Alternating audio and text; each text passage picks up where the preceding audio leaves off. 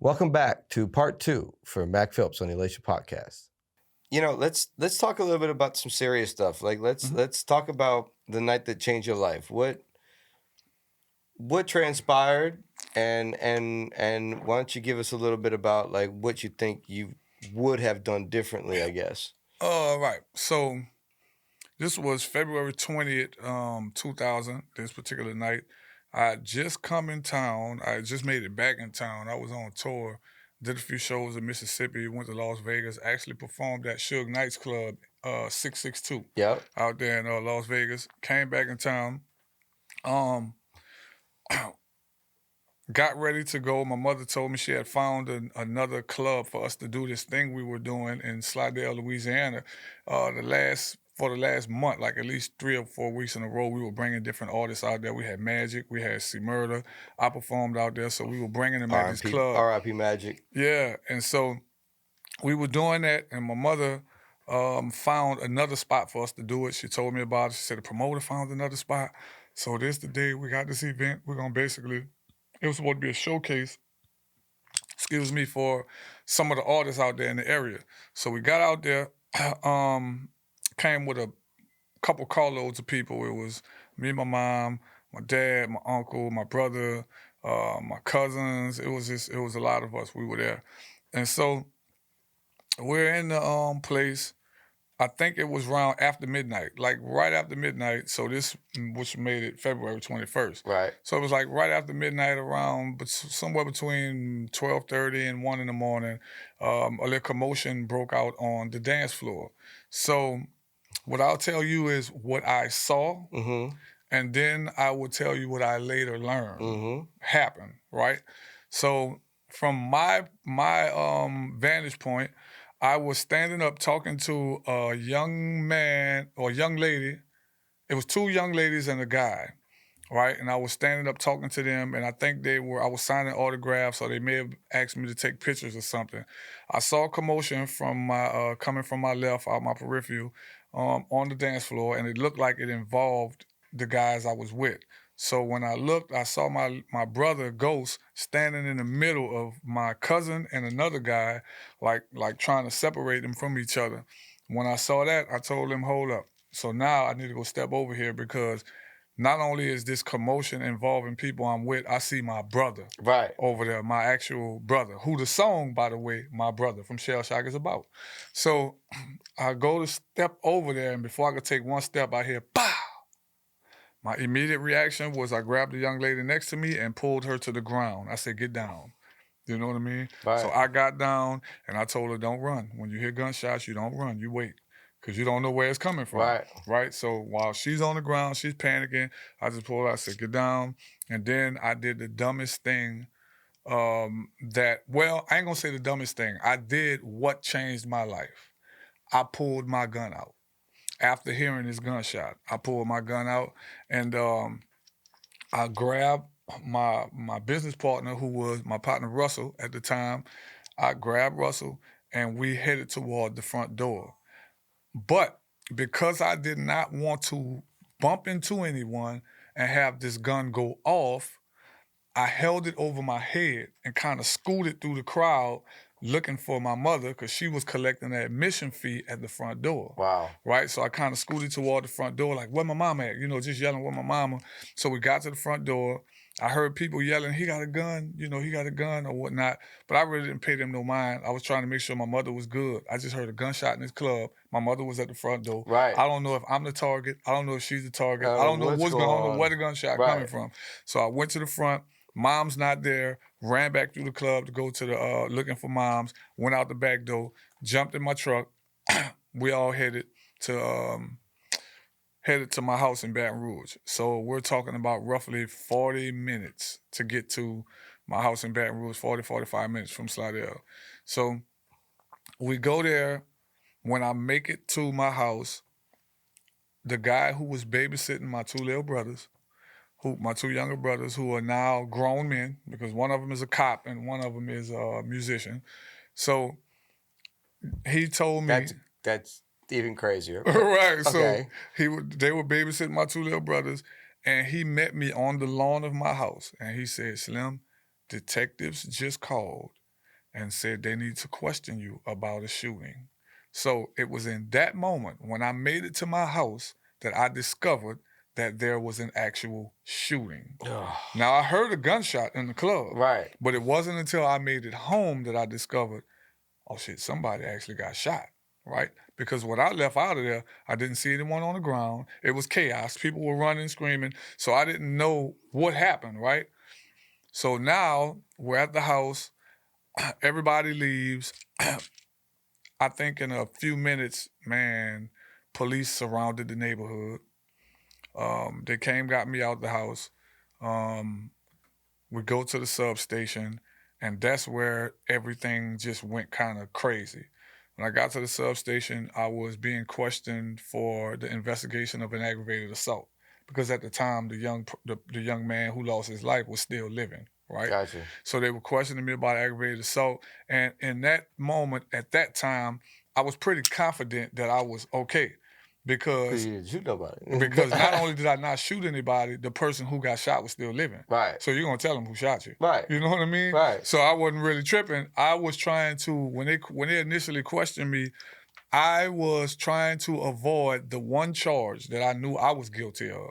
And that's having a gun without a license in that club. In the club. Right? Right. So when they asked me, did I have a gun on me?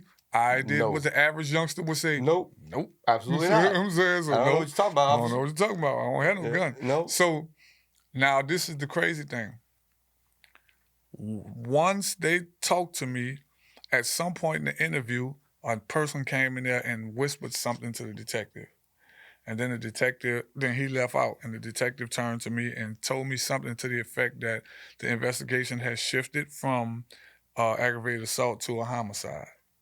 So wow. When he told that to me, my heart started beating real fast. I bet. Because now the person can't speak for themselves no more. Yep. Which means anything goes now. Mm-hmm. So the gun that I told you I didn't have, now I tell you I did have a gun on me. Right. Because now I want you to have my gun so you can test it and see that it wasn't fired, right? So I told him I have a gun.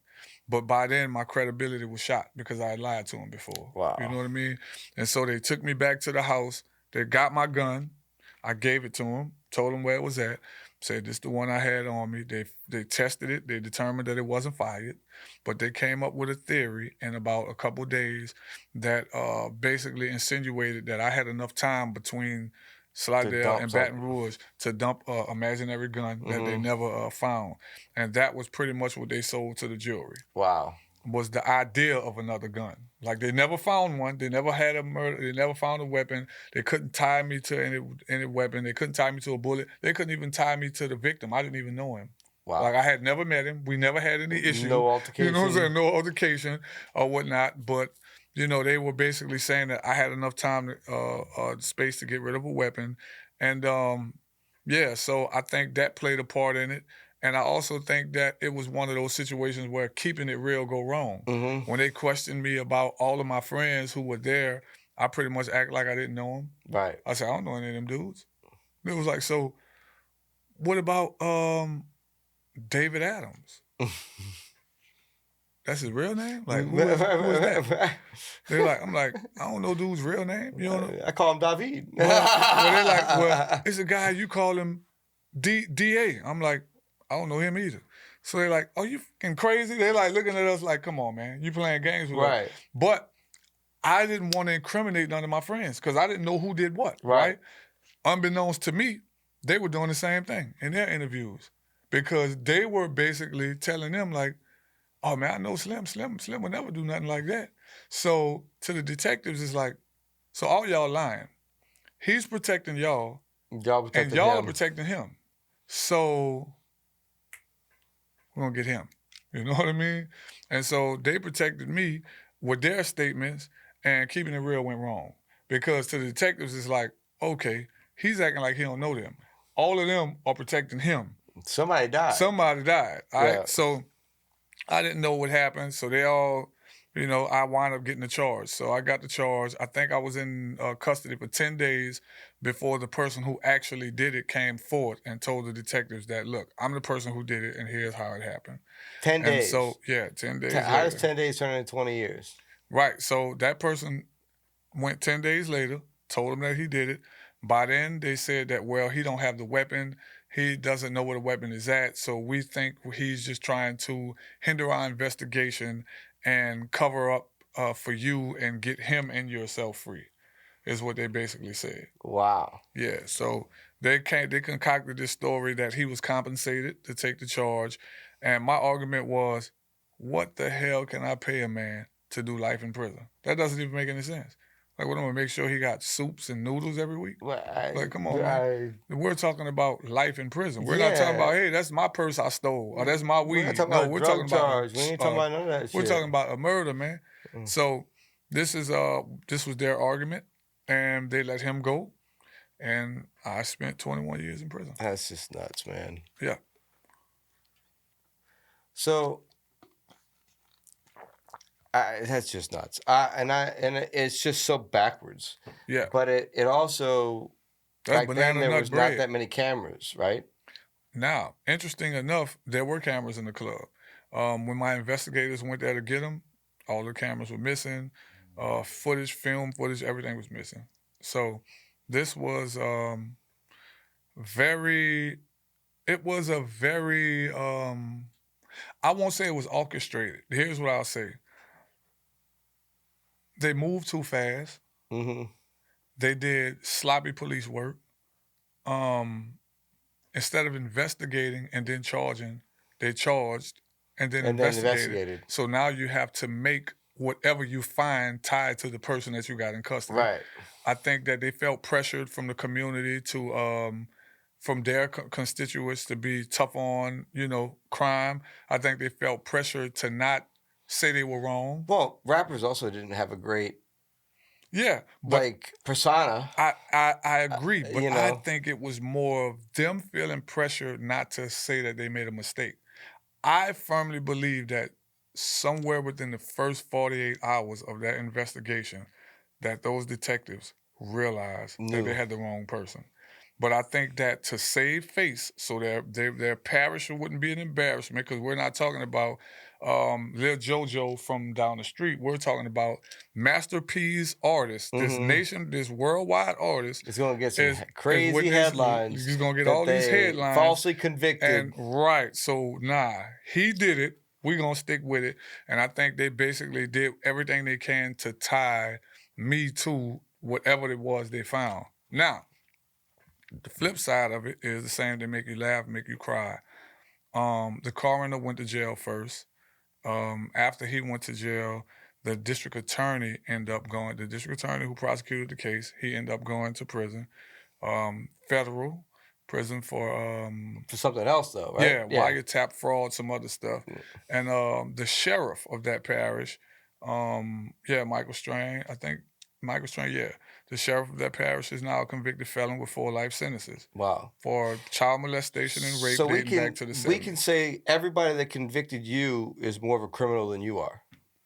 Yeah, that's safe to say. And I think they were criminals at that time. Right. Because one of them, like I said, the sheriff who spearheaded the investigation, he's in prison right now for molestation and incest and rape that dated way back to the 70s. Like when they caught him, and this guy was in power. What a redneck. This guy was in power in that parish for 30 years. Jesus. Right? And it only broke because some guy that he had been screwing was in the jail mad, and he started telling everything. Wow. Yeah, and that's how he broke the case. He broke that case, and now that man is a convicted felon with 4 life sentences. So their judgment out there as for who they elect is not the best. You know what I mean? They don't have a good record of who they elect out there. No, absolutely not. Well, but who they elect also doesn't get a great, I guess you could say, great salary in a sense, especially back then. So, you're not getting the best people in the world. You're not getting the best, right. And these were all David Duke's partners. Yeah, I want to say that, too, because David Duke was like the chairman, I think. Because I was going to ask you, did you think there were any racism played in a part of this? Because, I mean... I think a little bit. I think a portion of it was racism. I think the other part was just illicit bias. I think they had a preconceived, it was more prejudice than anything. I would say I think racism played a part, but I think prejudice played an even bigger part. because people prejudge. And I Right. think that because I was from New Orleans, I was a rapper, I think they just thought I was. In fact, one of the jurors said, in the thing that was questioned in the voir dire hearing, it was like, I mean, if this guy just think he's so bad that this gangster motherfucker can just go shoot people in the club, and I'm just like, dude, you don't even know me. What? Like Yeah, right. you don't even know me, man. Like you have made this determination based on what? That I was a young black guy that did rap music. And so they used my song lyrics against me in court because they didn't have anything else. They didn't have a weapon. They didn't have a credible witness. So then it was like, well, he makes songs about X, Y, and Z, so that's a true reflection of his character. And I'm like, this is music. That's crazy. I'm like, Arnold Schwarzenegger is not really the Terminator. Did you ever think about why they targeted No Limit so much? Because it was you and C Murder, who we all know is kind of going through a similar situation. Right. Right? I think for several reasons. But none of this happened to Cash Money? All right. He didn't want to compromise. Independent black owned that we. Right. He didn't want to compromise. Right. So, all right. You don't want to compromise? And that's what I'm saying. Like, because I know there's a lot of artists in jail that Cash Money signed. Yeah. But it seemed like they all did it. I mean, for the most part. I mean, I think Flo was the last one to go in that was on some serious crap, and it was a double murder that he did on video. Like, Damn. So like, I mean, there's no coming back from that. But there is no stories of Cash Money artists getting locked up for no reason. And now the two of the biggest No Limit artists that ever were locked up for no reason. Man, that's crazy. I didn't look at it that way. I guess for me it was more of like I felt. I mean, it was very personal to you, so why would you look at it that way? Yeah. But backing up, tracking, looking at it, the history. Just looking at it from a broader perspective, I think, and I'm gonna be honest with you, I think that they were probably after all of these labels. I think they were after. Well, there's so much money going around. They were definitely after you guys. After all of them. I think they were after Cash Money. They were after No Limit. I think Brian and Slim. I think they made some good business decisions that gave them a little more flexibility and room. You know what I mean? Hence, they gave a little bit of publishing to the right people. Yeah, I think it gave them a little more room, and that's business. You know what I mean? Yeah, and sometimes those kind of decisions got to be made where you're like, yo, either we gonna. It's sort of like those people who say, well, I'm gonna hold all my masters, right? You own your master, so you're gonna own 100% of nothing.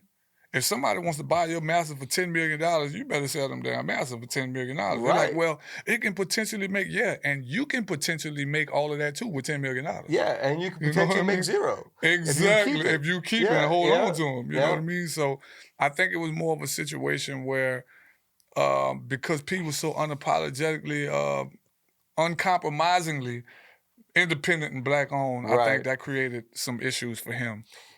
Do you think your case, in a sense, had anything to do with C's case, like in the perspective? Because you were first. Yeah, I was first.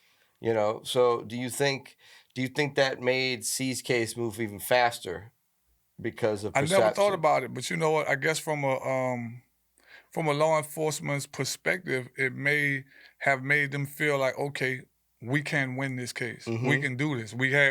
They got one, then we can definitely get one. Mm-hmm. It was the same type of parish. Mm-hmm. It was St. Tammany, Jefferson over here. Jefferson over here, right. I mean? So, I mean, once again, I think it's sloppy, gung-ho policing. Yeah. You know what I mean? Like, I got me a big fish. Right. Boss, I got a big fish. I got him. Yep. And, it's like now the pressure of I got to make this stick to this big fish. It's crazy how they play with people's lives like that, man. It's crazy that they play with people's lives like that. Well, tell me a little bit about the good things that you turned out of those 21 years, which is the Rap Act. So, let's talk about the Rap Act and when did you start feeling that, okay, I've got to get political, I've got to figure out how to change this completely for the rest of us? not just me. Right. But I got to change this for the future of us. Right. So on the intro of the last album I recorded with No Limit before I got locked up, the last album I did was World War III, which was released in 1999.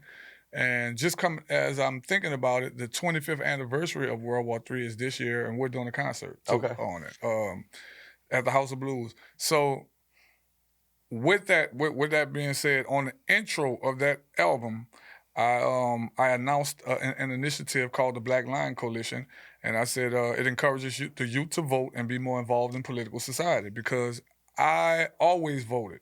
From the time I was 18 years old, my parents made sure you don't need to be complaining about nothing unless you making your voice heard as well. Right. So I just thought that it was my responsibility at the time to encourage my peers, guys in the streets, no matter what you're doing, man. If you're not a felon, go vote. Right. Because I don't want to hear your mouth about what's going on if you don't vote.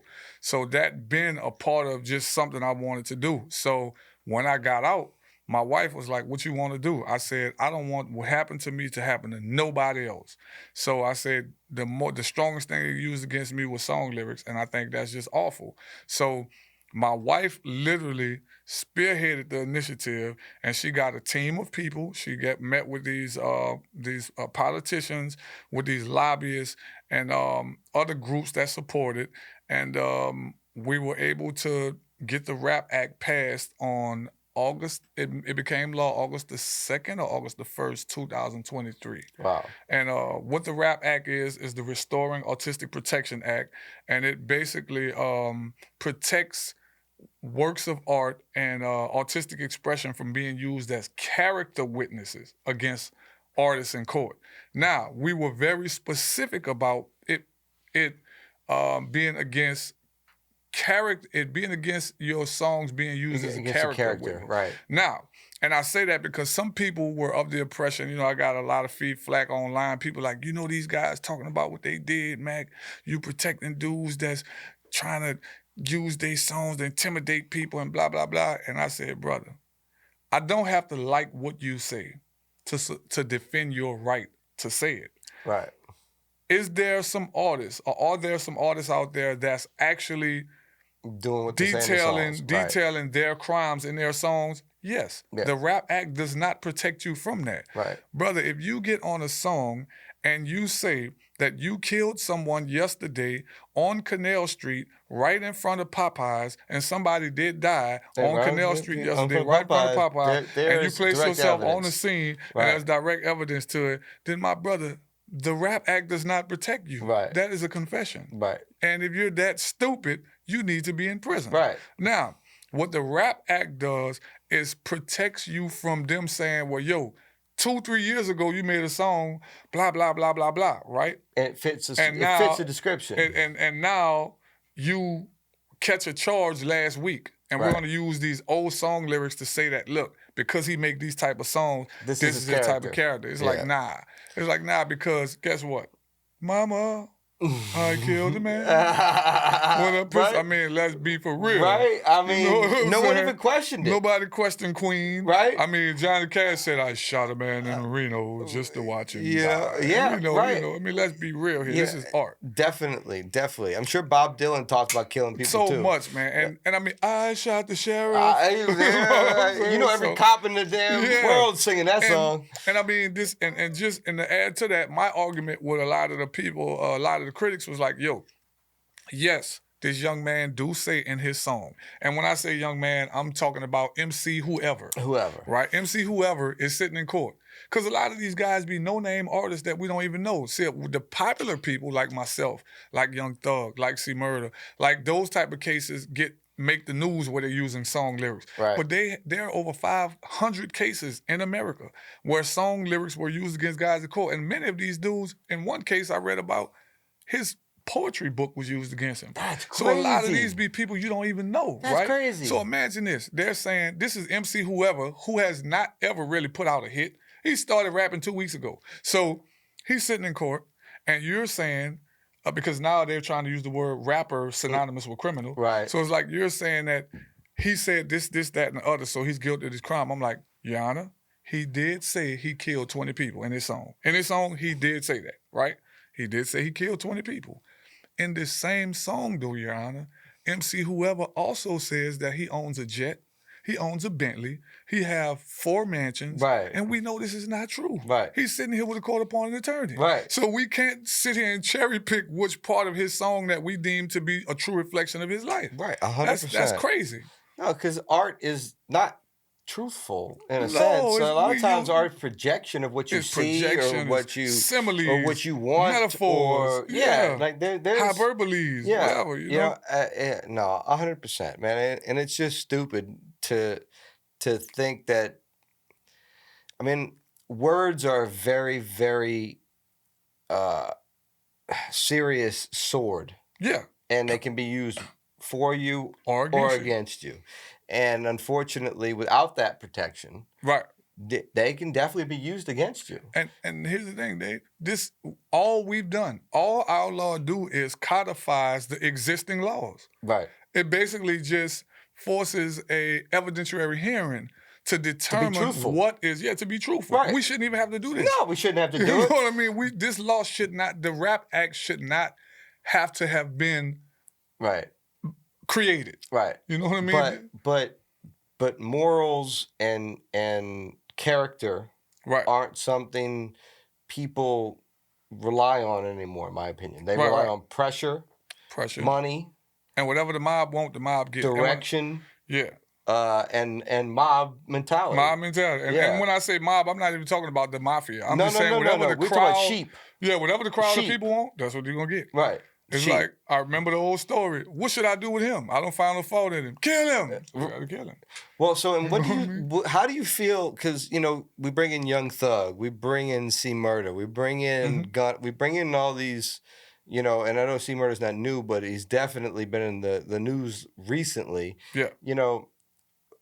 How do you feel the RICO Act affects the Rap Act? I think it's insane because now what the RICO Act is doing is you're taking a law that was created for the mob. That was created the mafia. Right. That was literally created to basically broadly prosecute these mob bosses because they couldn't pinpoint on one thing because they had so many soldiers doing what needed to be done. They gave orders to these. So this kind of law was created to basically fight against that, right? And now you're weaponizing this law against artists. That is insane. So you're saying now that because Young Thug is the head of this record label and you're trying to define this label as a gang, so now everyone under this umbrella is responsible. It's like it's a guilty by association clause. It's like it's man, that's some Jim Crow shit. And I mean, I just had to put it bluntly and plain. It's like they have figured out a way to systematically or systemically lock a whole bunch of people up for one crime without having to specifically have a crime evidence from any of the individuals. Right. You know what I mean? I'm just, because y'all all are part of whatever this is y'all claim, I'm locking all y'all up. That's insane. I think that is a rabid abuse of power. I think that is misuse of the law, and I think it's wrong. And I'm going to continue to speak out against stuff like that because that's insane. Yeah, no, it absolutely isn't, because you can't wrap everybody into one crime. It's just there is somebody who's responsible, and you actually have to try. Right. To find that person. But that's what it is. They don't want to do that. No. They don't want to do that. They don't want to do that. It's the same with music. They don't want to do artist development anymore. Like it's, like the trying part of your job has diminished every year as we've gotten older. Even the rapping. You and I know you've pretty well. I consider you someone who takes time, understands every word that you say. Right. On rap. What doesn't matter if it's for fun, doesn't matter if it's for a meaning, doesn't matter if it's for a chick. Every word is pinpointed for a reason. Right. And that's what we're missing because it's turned into just say whatever's going on in the group, say whatever happened recently, Right.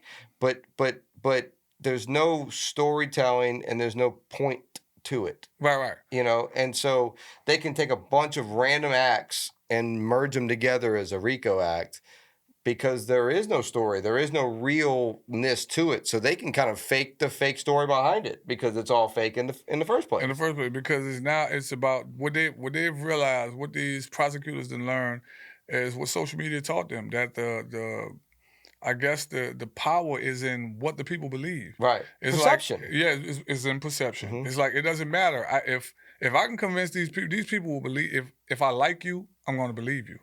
If I don't like you, even if you're telling the truth, I don't believe you. Right. So I mean, that's where we are as a society. So I think all of that stuff is just a reflection of that. Even in the artist, from the artist perspective, it's not about the time and work that's put in it. No more, it's about the feeling. Right. Like whatever. I mean, think about it.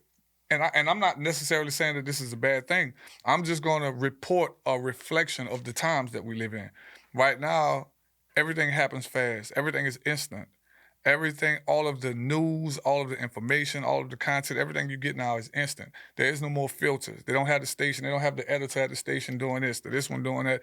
Everything is unfiltered. So what's unfiltered, it speaks to a feeling. It is no time put into nothing no more. It's a feeling. So they call it a wave and now. that feeling is momentary. It's momentary. Right. And so now the rappers now are just, I want to go in the studio, whatever I'm feeling in this moment, whatever I say, I'm just going to say it and then I'm going to punch it in. You know what I'm saying? Because it's all about what I'm feeling right now. Right. I'm not about to sit here and put no song Write together. something, write and a song, the audience want it like that because they literally want something that's just going to get them a feeling and cater to their feelings. This whole generation is in their feelings. Right. You know what I mean? Right. Yeah. 100%. 100%. And I don't know if that's necessarily a good or bad thing. I'm just you stating know, the like, and it changes. It changes. When you were starting to rap, it was a different type of situation, and your parents probably didn't necessarily understand what you were doing and where you were going, and there's always different generations and stuff. But, well, I want, if you could give one piece of advice to someone getting out of jail that's been there for a long time, that necessarily doesn't think that they are guilty, what's the first thing in your head that you said to yourself that made you appreciate the transition from where you were coming from to being back in life to understanding where you came from and not to be angry at it? Be patient with yourself is the first thing I would tell that person. Be patient with yourself. I know when you're coming out of prison, you have all of these lofty ideas because I had them as well. You had these lofty ideas as to what you was going to do. You feel like a newborn baby. You're going to take over the world. Right.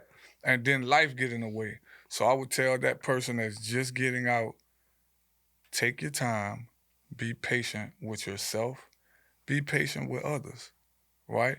Because the truth of the matter is, I know right now in your head, everything is all about you because you're just getting out of prison. But guess what?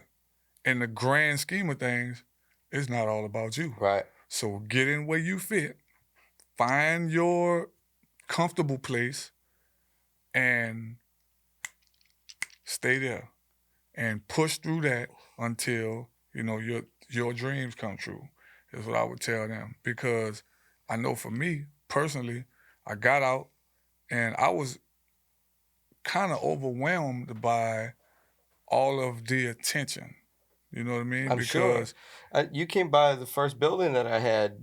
Yeah. Not too long after you got out. Yeah. It was And within a few weeks, I think. Right. So I was kind of overwhelmed when I went on tour. It took me like 3 shows before it clicked in. Right. You know what I mean? Because for the first 2 shows, my energy level was just like, I remember my manager coming and telling me, Russ, like, you all right? The promoter had told him, man, what's up with Mac Energy? Man, it was like sensory overload. It was just too much. I was in the dorm for the last I was in the same bed. I had been in the same bed for the last 12 years, Jesus. right? In the dorm. And I walk out of that in a place where I know everybody. Right. All the time. There's 100 of us in this dorm. And I walk out of that and I walk on stage in front of 20,000 people. So it was a lot. And everybody wants a piece of you. Yeah, and it was a lot. So it took me at least 3 shows before I was like, yo, like, all right, you know what I'm saying? Right. It's clicking in. So it's a lot. So I said that to say to that person that's getting out of prison, you know, take your time, be patient with yourself, because it can be overwhelming. It can be overwhelming. Technology has changed. The phone blowed my mind. I bet. Now everything is done with the phone. When I left the streets, the phone was for calling people. Beepers, right? Yeah, they had beepers, they had cell phones, but the cell phones were to call people. To call people, right? Now, your phone gives you everything. All your information is there.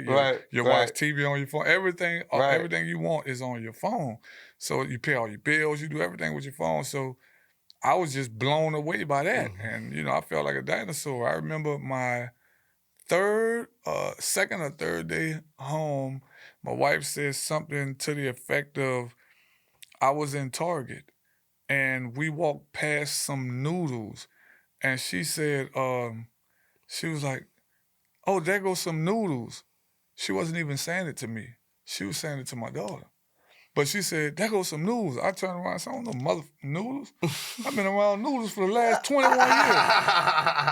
And so when I said that, she was like, what? So then I went to the next aisle, and there was some pajamas that she asked me. She was jokingly saying, you want these pajamas or something like that? I said, man, I'm a whole games. I'm not about to went. And when I said it, I turned around. They had like 3 or 4 people just looking at me. I was like, you know what? I need to go to the car. I said, because I'm loud. You know, in prison, you're used to being loud because you have to be. You have to be loud. You got to be assertive because you don't want to show no signs of weakness. Right. And then not only that, you got a whole bunch of people in one dorm, so we all trying to vie for each other's attention. Right. And it's just a lot of noise. So when we talk, it's like, hey, you know, we're yelling at each other. So, man, I realized I'm loud. People are starting to look at me. And I probably look crazy. Let me go to the car. So I just told her, I said, I need to go to the car. Oh, man. Yeah, so it was an adjustment. Well, listen, like I said before, I'm proud of you, man, and you've done, you really have, in my mind, done a lot of you know, good things since you've been out. And let's talk a little bit about the Humanitarian Award. Oh, that was crazy. So the Humanitarian Award is what I got in 2012 at the prison. It was the best award I ever got in my life. The very best. I don't care what accolades I got in life. I don't care how many records I sold. I don't care how many contests I won in my life. It was the best award I got. And I don't say that in a cliche sense. I say that because it was an award I got for doing absolutely nothing but being myself. There you go. I didn't work for it. I didn't even know they was giving it to me. Right. I had no knowledge of it. I literally was called to an event under the guise that I had to come play the keyboard. And while I was there, they started calling out they started talking about the recipient of that year's Humanitarian Award, and they just was running this long list of things that this person do. And I remember thinking to myself, damn, that person do a lot. But when they got to the last paragraph, they said, and he's a former No Limit recording artist. And the whole audience, all 200 of the people in that turn looked at me. And I just went, y'all wrong for this shit. Because everybody in there knew, except me. Except for you. Yeah. So they called me up there. They was like, man, give a speech. And all I could do is go to the mic and say, but y'all wrong for this shit. Because I had no idea that those guys was paying attention to the things that I was doing for people, because I wasn't doing it for recognition. But it's a collective of people that made that decision. They were paying attention to the small details of the stuff that I was doing. But the reason that you didn't do it for the accolade is why you got the accolade. Right. So that's why I say it's the best award that I ever got in my life. No, that's awesome, man. No, congratulations, man, because you definitely deserve it. I see you doing everything you can for the youth, you know, and what you can for the future of the culture and future for New Orleans, future for a lot of things. And so I really appreciate you in all aspects. I try to do my part. I try to do my part. Absolutely. Let's talk about the new album. So the new album is It's not even new anymore. So Son of the City was released on Halloween night in 2022. Okay. Because I'm superstitious, I like to do stuff on certain On certain days and stuff like days. that. So I did it on how to, and I say superstitious in a sarcastic way because I'm crazy. So I put it out on Halloween. Son of the City was the first project that I done, full project that I done since I was home. And it was just me experimenting with a different sound, me experimenting with just being home and just trying to get back in the groove of performing. So yeah, it was fun. Son of the City is fun. It was my way of introducing to the world that I developed some skills while in prison. Right. I knew I learned how to play a bunch of different instruments. So yeah. And that's what Son of the City was about. And I've always felt like the son of this city from the time I was a kid. And I hear you. Well, that's you why the also title came about. you've also did college while you were in Yeah, took college prison. courses. Didn't get a chance to graduate because I was supposed to get moved to the police barracks. And the police barracks did not have the college courses. So I had to drop the college courses to be shipped to the police barracks, but then the police barracks decided not to accept me. They said I was too famous. And they didn't want that at their facility. Literally. They told my partner, because they interviewed me and everything. Interview went great. They came to the prison, interviewed me, interview went great. I thought I was getting ready to go. Thought I was leaving that Friday. And then my partner wrote me and said, man, the captain here is convinced that you're part of the mob with C Murder and No Limit. And yeah, he said, you too high profile. They don't want that at their facility. I was like, so I have worked my ass off in this prison and I have kept my record clean so that this opportunity can present itself. Yeah, it presents And itself. when the opportunity presents itself, I get the same character assassination that I got when I came in. And then they told me that they couldn't believe that my record was so clean. They said it had to be all the front. What? Yeah, because they couldn't believe that I had no write-ups in prison. They was like, nah, everybody gets a write-up in prison. How? Nah, somebody lying. Or you just slick. I was like, so I can't just follow the rules? Like, damn. You know what I mean? That's crazy, man. What a perception. Yeah, so that's why I didn't finish college. I did get an HVAC degree while I was there because I'm like, man, I'm in Louisiana. It's hot as hell. Let me learn how to fix an AC. So I did get an HVAC degree. You can do all that in jail. Yeah. Got an HVAC degree. Could have got welded in carpentry. I was so focused on getting out, I didn't have the time to take all of them. So I took that one. Taught myself how to play a bunch of instruments. Took some college courses, did real well through Ashland University, and yeah, just focused on coming home after that. Oh, man, what a testament, man! What a testament! Mm-hmm. What a role model to look up to if you're in a situation where you got to get out of like that, and what a way to turn a negative into a positive. I like to win, dude. Yeah. And that's the moral to the story. There ain't no philosophy, there ain't nothing philosophical about it. I just like to win. When I got to that prison, I thought to myself, how do I win? Well, winning from a prisoner's perspective is getting out. So I started paying attention to the guys who was getting out, who were in similar situations as me. So I went to watching their pattern. Okay, they volunteer here, they do community service here, they do this, they mentoring, they helping people here, helping. That's what I got to do. I got out of prison. Wow. So it's like I followed the mold because you were smart enough to figure that out. I wanted out. I like to win. I don't like to lose. You were definitely smart to figure that out. Well, so I'd like to ask everybody at the end, what brings elation to you in your life? Elation to me is peak happiness. So what brings elation to me? Creating. Creating is that one thing that brings peak happiness to me. And I love creating all kind of stuff. I'm just a creative person, and I think without it, I probably wouldn't want to exist. So That's what gives life meaning to me, the ability to be able to bring something to life. And that's what brings elation to me. That's awesome. What a great answer. Well, and it makes sense too. I mean, you've created a lot of things from your negative and your positive experiences. So it makes a lot of sense. So that's great. Well, great. Well, thank you so much for spending your time with me today, man. I appreciate your time and the stories, and I can't wait. can't wait to put some of these out because I know that not a lot of them have been heard. So, Yeah. but I appreciate you all the time, and thanks for coming on Elation Podcast. Thank you guys for joining us. When we find exhilarating euphoria through creation and collaboration.